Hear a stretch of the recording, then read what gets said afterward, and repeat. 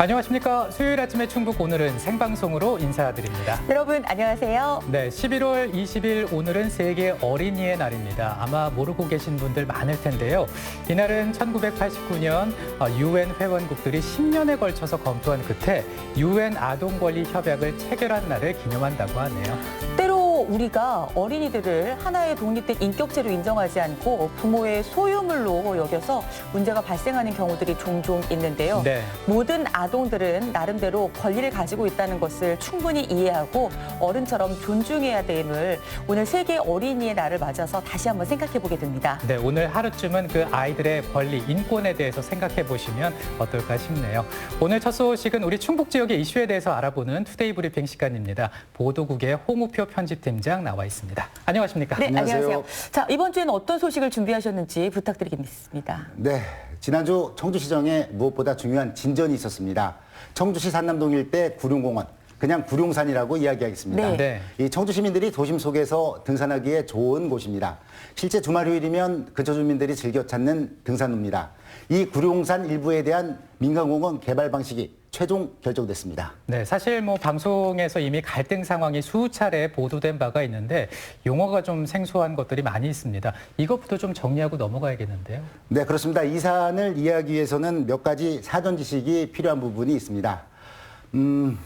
일단 오해를 하기 쉬운 부분부터 설명을 드려야겠습니다. 네. 민간 개발하면 과연 구룡산이 얼마나 사라진다고 보세요? 글쎄요, 그 보도를 보신 분들께서 혹시 구룡산이 다 사라져버리는 것은 아닌가, 우리 발도 못 밟는 건 아닌가, 이렇게 오해하시는 분들도 계시더라고요. 네, 저도 구룡산 기슭의 아파트에 살고 있습니다. 그런데 이제 민간 개발이란 말이 등장했을 때 일부 주민들 사이에서는 구룡산 전체를 까발려서 아파트를 짓는다는 말이 돈 적이 있습니다. 이게 사실이 아닙니다. 이 민간 개발이라는 개념을 이해하기 위해서는 이 말이 대두된 역사적 배경부터 잘 이해해야 합니다. 바로 국가가 오랜 기간 개인의 땅을 나라에서 이렇게 쓸 것이다. 네. 이렇게 규제를 묶어놓고 사유재산권을 과도하게 침해한 것입니다. 이걸 일컫는 행정용어가 장기미집행 도시계획시설입니다. 네. 이 대표적인 게 이 도시공원, 도로용지, 차단녹지 등입니다. 이미 20년 전 헌법재판소가 이건 문제다라는 판단을 내놨습니다. 그런데 이걸 갑자기 규제를 풀어주게 되면은 예산 부족, 난개발 등 이 부작용이 크지 않습니까? 네. 그래서 이제 유예 기간을 둔 것입니다. 이 시한이 바로 내년 상반기까지입니다. 네, 사실 미리 대처할 수 있는 시간이 충분했던 걸로 알고 있는데 왜 이렇게 일이 촉박하게 진행이 된 걸까요? 이 학창 시절을 한번 생각을 해보시죠. 네. 시험이 한 달 앞으로 다가왔다고 한 달 전부터 차근차근 시험 공부를 준비하는 건 아니지 않습니까? 그렇죠. 되게 이제 닥쳐서야 시험 공부를 하게 되고 네. 어려운 과목은 당연히 더 그렇겠죠. 저만 그랬던 걸까요? 이 공무원들의 일도 네. 마찬가지입니다. 그렇겠죠. 아직 네. 시간이 시간이 남았네. 하다가 내후년이네. 내년이네. 이렇게 이제 시간이 흘러간 겁니다. 그 사이 급한 일에 이걸 이제 거창하게 표현하면 사업 네. 우선순위라고 이제 표현을 합니다. 이 사회 간접자본 무엇보다 이 복지 예산에 우선 예산을 투입하다 보니까 사정이 이제 이렇게 어려워진 거죠. 이 도시공원에 살 만한 제도적인 여력은 없는 처지에 몰리게 된 것입니다. 아, 그러니까 사정이 어려워지니까 자연스럽게 민간 개발이라는 게 등장을 하게 된 거였군요. 네, 그렇습니다. 이 도시공원 하면 이제 와닿지 않는데 그냥 우리 네. 동네 뒷산 이렇게 생각하시면 될 겁니다. 네. 이런 이제 뒷산 대부분 이 나라 땅이 아니라 개인 땅이었습니다. 공원을 만들겠다고 그냥 규제로 묶어놓은 것입니다. 이게 내년 7월 1일이면 규제가 풀리게 되는 것입니다. 아차, 그냥 내버려두면 전원주택이 들어오고 난개발이 불가피해졌습니다. 이 자치단체 입장에서는 뭔가 대책은 마련해야겠는데 돈은 없고 민간업자의 손을 빌려보자. 네. 이게 민간 개발입니다.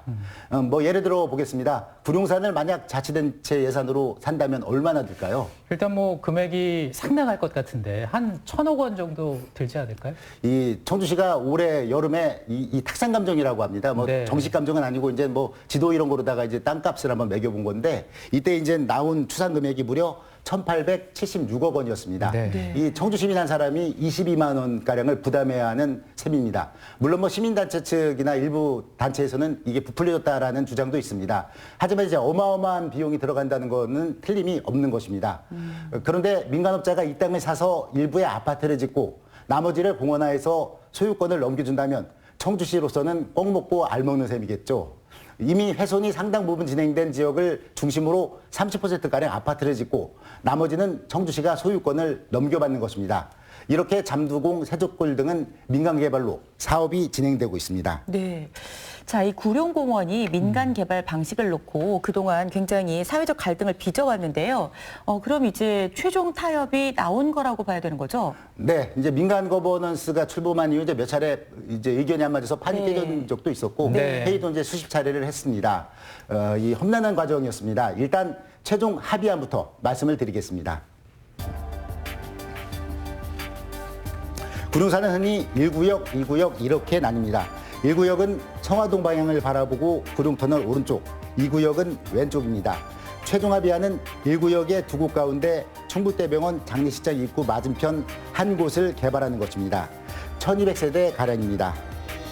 민간 거버넌스의 당초 합의안에 대해 시행사 측이 경제성이 없다며 난색을 표명하면서 진통을 겪었는데 절충안이 마련되면서 급물살을 타게 됐습니다. 네.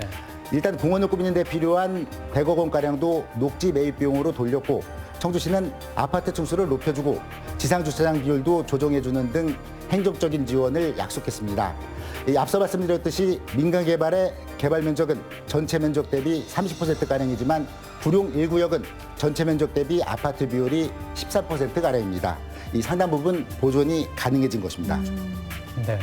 어찌됐든 이 민관 거버넌스를 통해서 이 최종 합의안이 도출이 됐다는 것이 참 다행이라는 생각이 드는데, 근데 운영상의 아쉬운 점을 꼽자면 뭐가 있을까요? 네, 이제 민간 거버넌스의 주축은 대개 이제 시민사회단체 관계자, 학계, 그리고 이제 공무원으로 구성되어 있습니다. 네. 이 누가 빠졌을까요?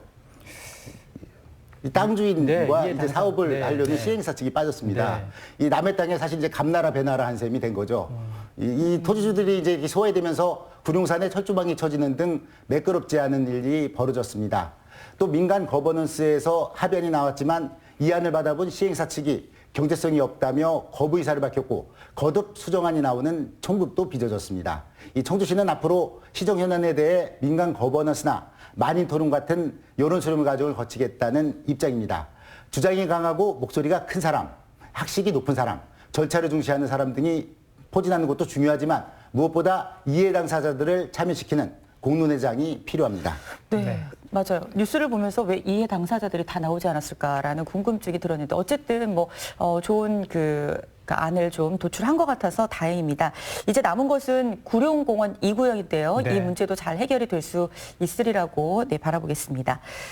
자, 다음 소식은 어떤 소식입니까? 이 사람이 이 역사상 태어나서 처음으로 남긴 부정적인 흔적이 뭐라고 생각을 하십니까? 글쎄요, 뭐 여러 가지가 있겠지만 쓰레기 아닐까요? 네, 그렇습니다. 네. 쓰레기입니다. 이 청주시가 요즘 이 쓰레기 문제로 고민이 매우 큽니다. 여기서 퀴즈를 하나 더 내볼까요? 이 85만 청주 시민이 과연 이제 하루에 배출하는 생활 폐기물이 얼마나 될까요? 네.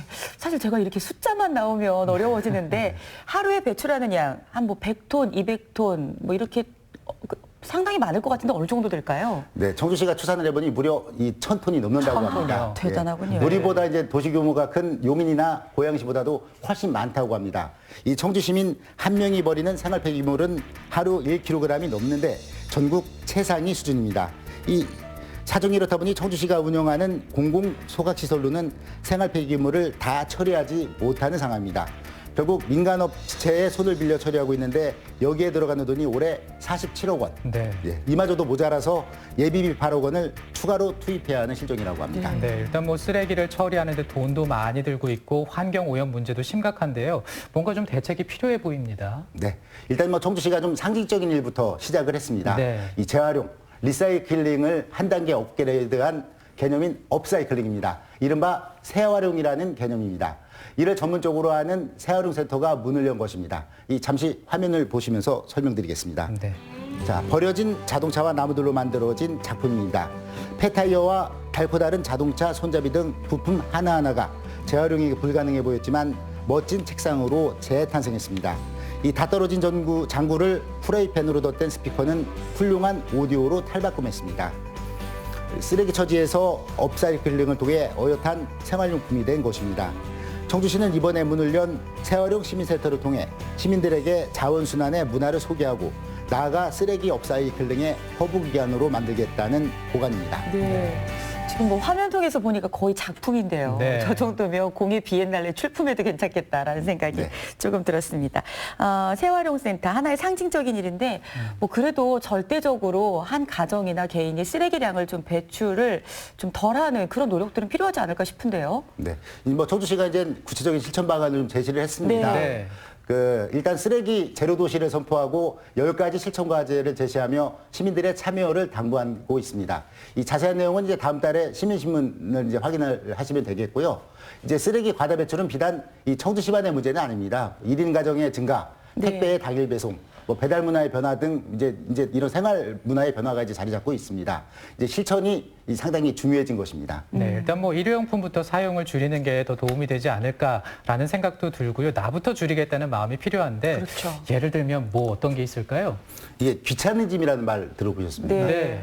사실 이제 맞습니다. 일회용품도 이제 네. 귀차니즘 때문에 그렇습니다. 이제 설거지를 하면 되는데 이 귀찮으니까 그냥 한 번 쓰고 버리는 것입니다. 이 장례식장의 사례가 그렇습니다. 이 한국소비자원과 환경단체가 조사를 해봤습니다. 이 전국 장례식장에서 연간 일회용 접시 사용량이 무려 2억 1,600만 개라고 합니다. 이 중국 지역만 살펴봐도 4곳 가운데 3곳은 컵이나 접시 등 모든 물품을 일회용으로 사용하고 있습니다. 전체 47곳 가운데 44곳은 용기의 90% 이상을 한 번 쓰고 버렸습니다. 역시 규제를 피해 나가는 방법이 있었습니다. 지난 2014년부터 사실상 장례식장에서 일회용품 사용이 금지됐지만 유족이 장례용품을 구입하거나 상조회사를 거칠 경우 이를 막을 방법이 없는 것입니다. 네. 이 장례식장이 일회용품 줄이기에 당장 나선다면 국내에서 소비되는 합성 수지 접시의 20%가량을 줄일 수 있다고 합니다. 뭐 네. 상당한 양을 줄일 수가 그렇습니다. 있는데요. 우리가 이 작은 노력 또 관심 정말 기울여야 할 것 같습니다. 네. 만약 우리의 지구가 쓰레기로 넘쳐난다면 가장 큰 피해는 우리가 입게 되니까요. 자, 다음 소식 좀 살펴보도록 하겠습니다. 얼마 전에 뉴스를 통해서 보시면서 아마 엄마들께서 굉장히 막 분통을 터뜨린 그런 소식이 있었는데요. 어린이집에서 그 부실 급식 논란이 일었던 겁니다. 그 밥 한 공기를 20명의 원아들에게 나눠 먹였다는 얘기가 있던데 이게 어떤 내용인가 좀 취재 내용 부탁드리겠습니다. 이 학부모들은 해당 어린이집 홈페이지에는 아이들에게 이 정상적인 배식이라는 것처럼 사진을 올려놓고 실제로는 터무니없이 적은 양을 줬다며 분통을 터뜨리고 있습니다. 네. 네. 너무 억장이 무너지면서 자꾸 눈물이 나는 거예요. 그렇게 영양적이지도 못하고 그런 음식을 아이한테 제공했다는 게 정말 너무 미안하더라고요, 아이한테. 이 성인용 숟가락 하나 정도의 미음이 아침 식사의 전부였다는 것입니다. 학부모들은 아이들이 집에 오면 늘 배고팠다고 말했습니다. 교사들은 원장에 의해 이런 급식이 1년여간 이루어져 왔고 식단표대로 식사를 제공하는 교사들에게 오히려 핀잔을 줬다고 주장하고 있습니다. 이 원장은 정상 배식을 했다고 주장을 하고 있습니다. 네, 사실 뭐 어머니 그리고 부모님 입장에서는 너무나 속이 상할 일인데 근데 이제 보도 이후에도 어린이집 원생들의 피해가 계속 이어지고 있다는데 이건 또 무슨 얘기입니까? 네. 이 원장이 학부모들에게 사과는커녕 어린이집을 방치하면서 학부모와 교사들의 2차 피해로 이어질 수 있다는 우려입니다. 네. 이 사퇴 수습을 해야 할 원장은 이틀째 출근을 하지 않았고 학부모들은 다른 어린이집으로 아이들을 보내려 해도 현실적으로 쉽지 않다는 것입니다. 또 용기를 내 내부 고발을 한 교사들 또한 재취업을 놓고 걱정을 해야 하는 처지에 놓였습니다. 저희가 이제 와서 이렇게 대기를 걸면 나중에 찾아보면 아시겠지만 대기가 짧은 곳이 뭐 15명, 20명 못 가는 거예요. 더 대기 긴 곳은 500명, 600명. 근데 여기서 이제 그만두고 나가게 되면은 저희가 이력서를 다 내야 되고 저희가 취업을 준비해야 되는 상황이거든요. 그러면은 이제 저희는 이미 알려줬고 취업이 막히는 거고요. 지금 이미 저희는 원장님이 공유를 했다고 해요. 어떤 교사들인지. 이 다른 어린이집은 이미 정원이 다 차 있어 전원이 어렵다는 얘기고 해당 어린이집 교사들은 이른바 블랙리스트에 올랐다는 한탄입니다. 네.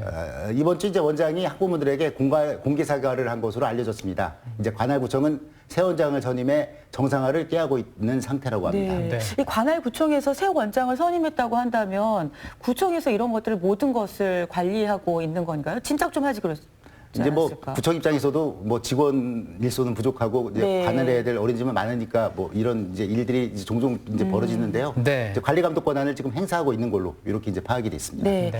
지금 이제 가정에서 이루어지고 있는 어린이집 같이 이렇게 개인 규모의 소규모의 어린이집인데요. 우리가 이런 것들에 대해서 관심을 좀 더 많이 갖고 우리 아이들이 사실 나라의 미래인데 좀 잘 클 수 있도록 그 충분한 영향이 공급돼야 되지 않을까라는 생각이 듭니다. 네. 자, 이제 마지막 소식입니다. 어떤 뉴스가 준비되어 있습니까? 네, 이미 뭐 전국 뉴스를 통해 여러 번 이제 접하셨을 겁니다. 이 화성 연쇄살인 8차 사건의 범인으로 지목돼 20년간 옥살이를 한 윤모 씨가 자신에게 무기징역을 선고한 수원지방법원을 상대로 재심을 청구했습니다. 이 재심 전문 변호사죠. 박준영 변호사는 화성 사건의 피의자인 이춘재가 구체적인 자백을 내놓는 점, 당시 국가수 결정서에 과학적 근거가 취약했던 점 등을 재심의 근거로 들었습니다. 박 변호사와 윤 씨의 억울한 심정을 잇따라 들어보겠습니다. 수사나 재판 갖는 과정에서 보호자나 변호인의 조력을 전혀 받지 못했습니다. 수사 과정은 위법했고 재판은 부실했습니다. 이런 것도 재심 사유를 판단하는 과정에서 고려돼야 될 사정이라 생각합니다. 내가 30년 전에 억울하게 살았지만은 난 명예를 찾고 싶은 거죠. 한 인생을 돈으로 바꿀 수는 없습니다. 제 20년 인생을 누가 책임지겠어요? 네, 윤 씨의 피토하는 심정이 느껴지실 겁니다. 이 경찰은 이미 이춘재가 이 사건의 진범이라는 결론을 내린 상태로 알려졌습니다. 그만큼 법원도 재심 개시 결정을 내릴 가능성이 커 보입니다. 과거 경찰이 법을 다루면서 법보다 주목이 앞섰던 시절이 있었음을 부인할 수는 없습니다. 네. 이 관행이라는 이름이었습니다. 그렇다고 그때의 일로 치부하면 안 될 것입니다. 과거의 과오를 바로잡는 것이 중요한 것은 다시는 이런 불행하고 부끄러운 일이 되풀이되지 말아야 한다는 다짐의 첫 걸음이기 때문입니다. 네. 윤 씨의 말로 가름하겠습니다. 죄를 위하여 사람 위하여 말하겠습니다. 만약에 그 형사분들이 잘못이 있다고 쳐요. 하지만 그 잘못을 뉘우치고 국민대 사장 저는 그걸 용서하겠다는 거예요. 네, 사실 20년간 옥살이를 하셨다는데 이거 누가 그 속을 달래줄 수 있을까요? 정말 억울한 일인데 이런 일이 다시는 생겨서는 안 되겠습니다. 오늘 투데이 브리핑 보도국의 홍우표 편집팀장과 함께했습니다. 고맙습니다. 네, 소식 잘 들었습니다.